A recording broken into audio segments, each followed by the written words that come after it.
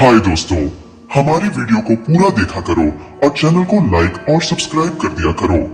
पहले सब्सक्राइब करो, फिर वीडियो एंजॉय करो। गीता अपने घर के सब काम किया करती थी और वह सेब के खेत में काम करती थी और उन्हें बेचती थी।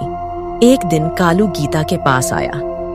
देखो, मैं कहता हूँ ये खेत बेच दो, मैं तुम्हें अच्छे पैसे दूंगा। कोई भी इतनी कीमत में नहीं खरीदेगा। नहीं, तुम्हें कितनी बार कहा है नहीं बेचना, फिर तुम बार बार क्यों आते हो?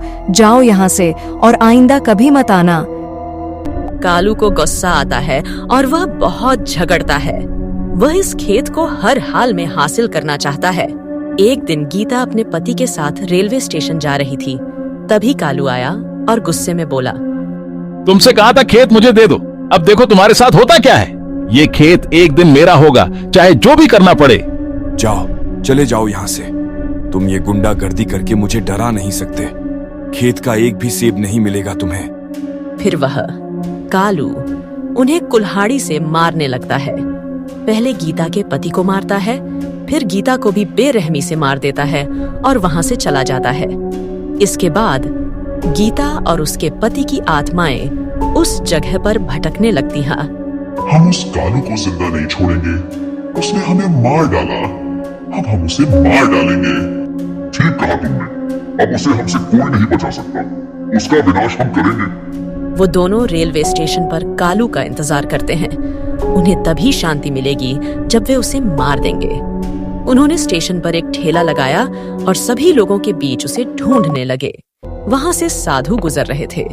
उन्होंने माहौल को महसूस किया और तुरंत समझ गए कि यहाँ कोई आत्मा मौजूद है। साधु बोले, मैं जानता हूँ तुम यहाँ हो, सामने आओ। डरने की जरूरत नहीं है, मैं तुम्हारी मदद करने आया हूँ।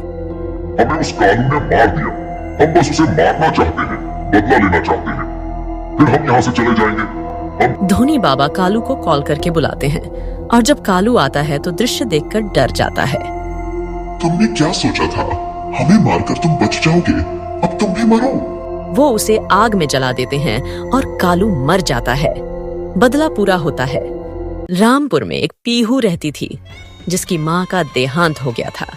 उसकी सौतेली माँ उस पर अत्याचार करती थी और उसका पिता एक हलवाई की दुकान पर काम करता था।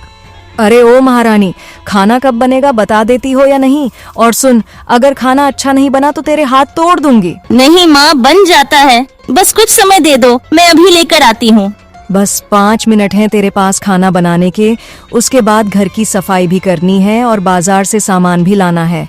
अगर तूने अपने बाप को कुछ बताया तो जान से मार दूंगी तुझे। फिर वो घर के काम करके बाजार सामान लेने गई, लेकिन उसके पैसे कहीं खो गए थे। वो रोने लगी। तभी एक लड़की उसके पास आई और बोली, क्या हुआ, तुम रो क्यों रही हो? मैं सामान लेने आई थी, लेकिन मेरे पैसे खो गए हैं। मेरी माँ मुझे बहुत मारेगी, इसीलिए मैं डर रही हूँ। माँ कैसे मार सकती है? माँ तो प्यार करती है, कुछ नहीं होगा, तुम मत डरना। पीहू चुपचाप वहाँ से चल पड़ती है।